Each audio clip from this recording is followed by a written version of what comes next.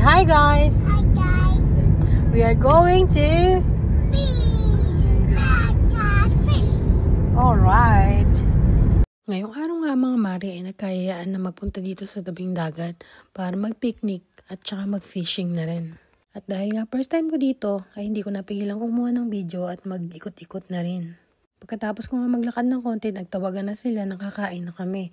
So ito na nga yun, kumuha na ako ng plato at binigyan ko rin yung anak ko. Medyo malamig na nga dito pero tingnan nyo yung mga bata na yan, parang hindi mga giniginaw. Pagkatapos naman namin kumain ay nag-aya na itong mga bata dito sa tabi ng dagat. Kaya naman sinamahan ko sila kasi medyo bantayin pa yung anak ko. At ayan na nga yung asawa ko na hindi mahilig mag-fishing. Nakahuli na siya ng isa. Pero nakawala.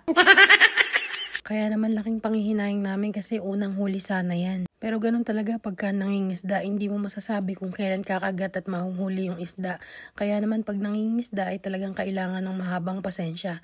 At hindi dapat mainipin kasi lalo ka sa inip pagka ganun, wala ka talagang mahuhuli. Maraming din kaming kasama dito na hindi mahihilig sa fishing. Sobrang hihilig lang. Kanya-kanya din sila ng hagis ng rod kasi mas maraming fishing rod, mas mataas yung tendency na marami ka rin mahuhuli. Para sa akin, masarap na libangan ng pag-fishing. Kasi, bukod sa malapit ka sa nature, nakakalibang talaga pag maraming kumakagat. Ito nga at nakahuli na naman yung asawa ko. This time, hindi na nakawala yung isda. Naiahon niya na sa dagat at naiiwi rin namin. Dito pala sa bansa kung nasaan kami ngayon, kailangan pag nakahuli ka ng isda, talagang sakto sa sukat. Kasi, pag hindi siya sakto sa sukat, kailangan mo siyang ibalik sa dagat.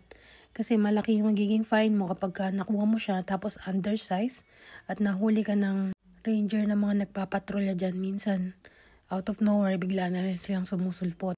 Kanya-kanya nga sila ng kwentuhan dito. Mukhang masaya yung pinagkukwentuhan nila kasi sagad ang mga ngiti. Ayan, sobrang ganda ng dagat kaya naman nakaka-relax. Ang sarap talagang maupo sa buhangin. Papagabi na rin to kaya naman kinuhanan ko yung paglubog ng araw. Napakaganda talaga ng kulay niya. Parang orange-red siya na nakaka-relax ba yung itsura. At eto nga, nakahuli na naman yung asawa ko. Mahakot yata ng maraming isda para may pang-ulam kami kinabukasan. Medyo maraming ang seaweeds ngayon pero kainaman may nahuhuli pa rin kahit pa isa-isa na isda.